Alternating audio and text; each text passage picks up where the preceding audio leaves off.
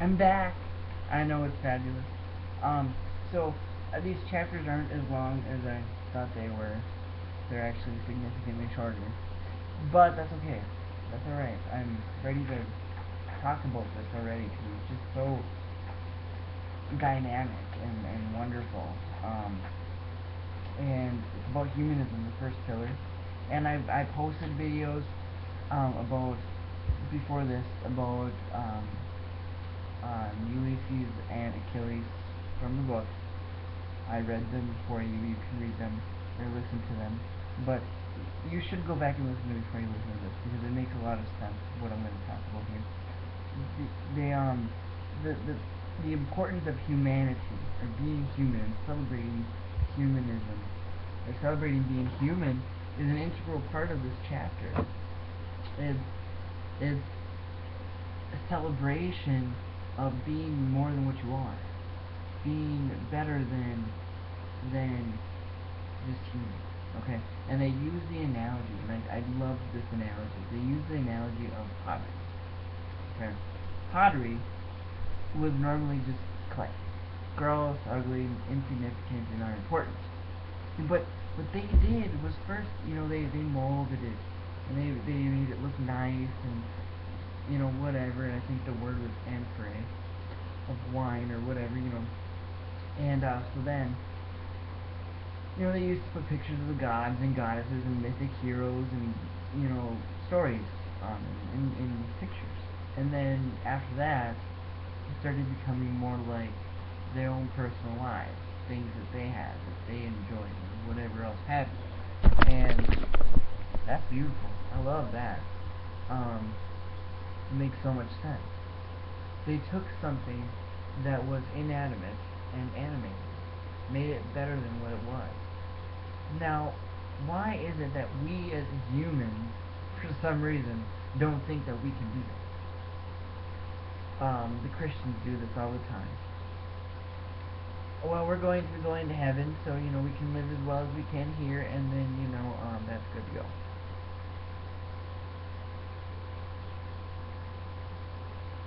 The Greeks would be absolutely appalled by that. I'm just saying, because what that does is two things. What that says, first of all, is that it kind of makes the limits that life has more gloom and doom and not worth it. And what it also takes away from is that tenacity, the always striving for more in life, always striving to get out there and just see where it takes you. Always trying to be better. And it's not just the Christians, I know. It's there's the Muslims and whoever else has these big divine creations of going to heaven and some sort of whatever. I subscribe to that slightly.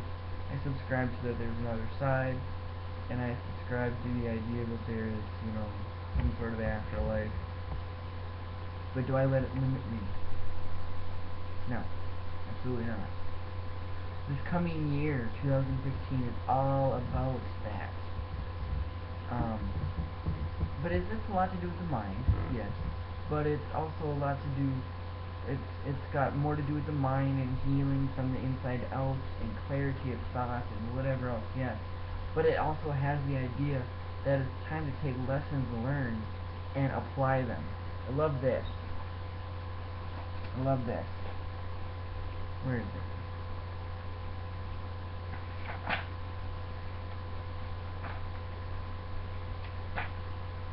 To practice humanism in a personal way means first to look into ourselves to discover the particular abilities and talents that are ours. The second step is to actively apply them to our everyday lives, yet just the recognition of our potential can set us on the right path. We need to recognize every day, that we are better than what we are. That's healthy self-interest. That's what the Greeks were all about. Healthy self-interest, making yourself better. And I love this. This is what they did. Okay, so as we talked about, they created their pantheon, right, in their image. Okay, the gods have all these powers. They're all divvied out to whichever one. Goddess of love, god of money, god of death, or whatever, underworld, and whatever else have you. Right? They have all these gods for all these different things. But those are all just reflections of them, their world. What they basically did was this. These are the gods, right? A reflection of you. Our job is to be better than that. To be more godlike. To aspire to be more, to be better than that. And we've been doing that. Look at throughout history. We've came together to live together as cities and communal whatever. That's not anything too brand new, but we've increased our life expectancy by medicine. We've advanced technology. We've gone to the moon for the conspiracy theorists, supposedly. But whatever. Don't write to me about that. I'm not in the mood. But you know what I mean? We've done all these different things. We've aspired to be more. We've pushed the envelope. And that's what the Greeks were always all about. Pushing the envelope. Now, the gods are always going to be the gods. Okay? That's what they are. They are unchanging. And that's part of the story about Ulysses, right? Was that he could give up his existence as his mortality for immortality, stay on the island with Calypso, and he would be free from all that, death, the pains of life, blah blah blah blah blah, and he would be able to live in bliss, right? But if he didn't, he would go back to that, And here's the deal, if he did take her on her offer and stayed and became immortal, he would be missing out on what he could be. See, that's the other part of that story. And the goddess realized that too when he left, right? He could be more than that. He could be more, and that was a kind of a blow to her. But whatever. The gods are going to be the gods. The gods are unchanging. The gods are just the gods. Right? Goddess of love, god of hate, god of death, victory, whatever. But the Greek ambition was to be better than that. And was to be changing. And the gods are envious of humanity for that reason alone. That's something that the priests never teach you. Right? Well, they do now, but, back then, probably wouldn't have been a big thing if they told everybody. Because the gods are supposed to be immortal, divine, right? But that's what they wanted. The other thing is they were always ever striving to know thyself. Okay, that's over Apollo's temple doorway. There, know thyself. Exactly. You need to know yourself. You need to know everything about yourself. You need to know what makes you happy, sad, pissed off, angry, hurt, sick, everything. You need to know all those things about yourself because that makes you a better person. It makes you better to be in the long run. Okay, so I'm sick now, that chicken soup's gonna fix that. Cool. Next. Oh, that person came over and said some pretty screwed up stuff. I'm not happy about that. So I'm gonna retaliate. No, you can't do that. Because that's gonna make me less than what I am now. You know what I mean?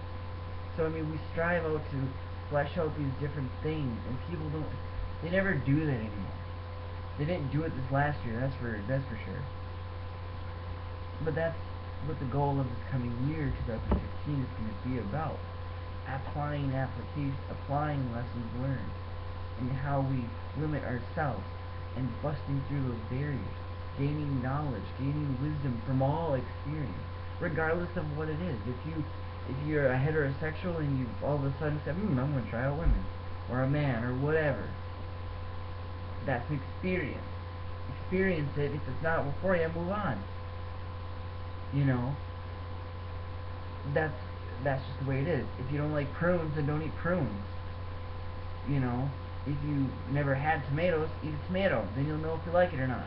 You know, that's experience. Understanding experience is a part about understanding human existence and making it all that there is about it. I love this.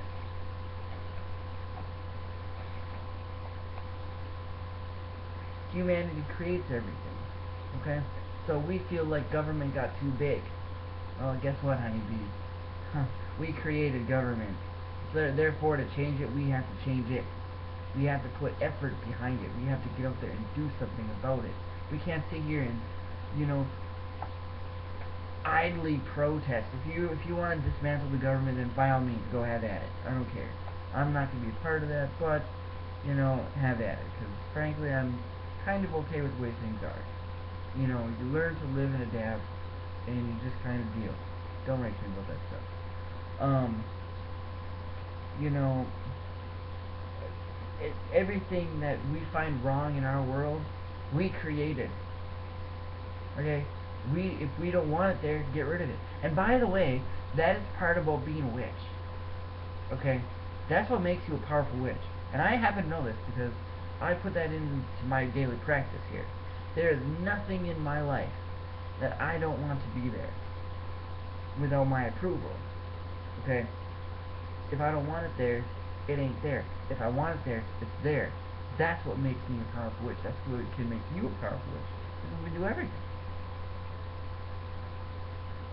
There's nothing in my life that I don't want to be there. That's the lesson here. And that comes from knowing myself, building this up to know everything that's going on around me, and what needs to be fixed and what doesn't need to be fixed, and maybe fine-tuned, right? Humanity is, I love this.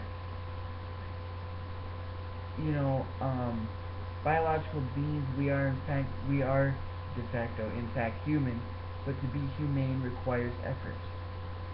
Implicit is inhumane is the notion that there are latent sensibilities in our character that must be cultivated if we are to attain our full stature.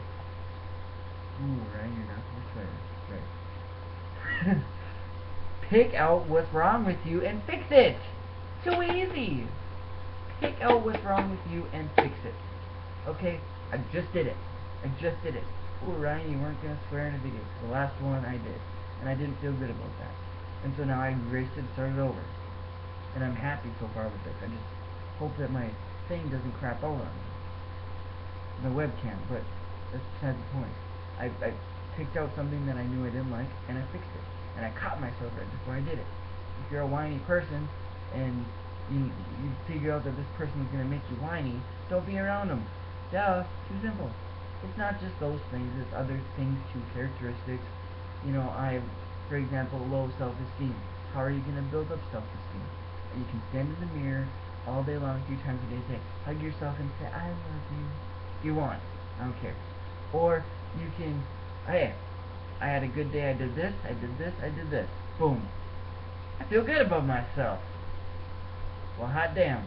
And then go about your day. Self-esteem, 20 points. But that's what he's saying here. And to practice, they go together. That's how we practice humanism. And that's part of the celebration of humanism. What does this all mean in this last couple minutes here? What does this all benefit up to? Where does it all go? Okay? We should live life all to that we can, doing extra to be better for ourselves and others. To a degree, you come first because you're the one living your existence. But what it does here, it says, and this is what I'm going to leave you on to think about. Humanism, however, doesn't mean merely accepting ourselves for what we are. It doesn't automatically impress the stamp of self-esteem upon our lives.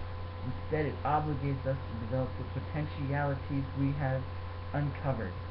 Humanism, then, is not a gift, but a responsibility. Blessed be.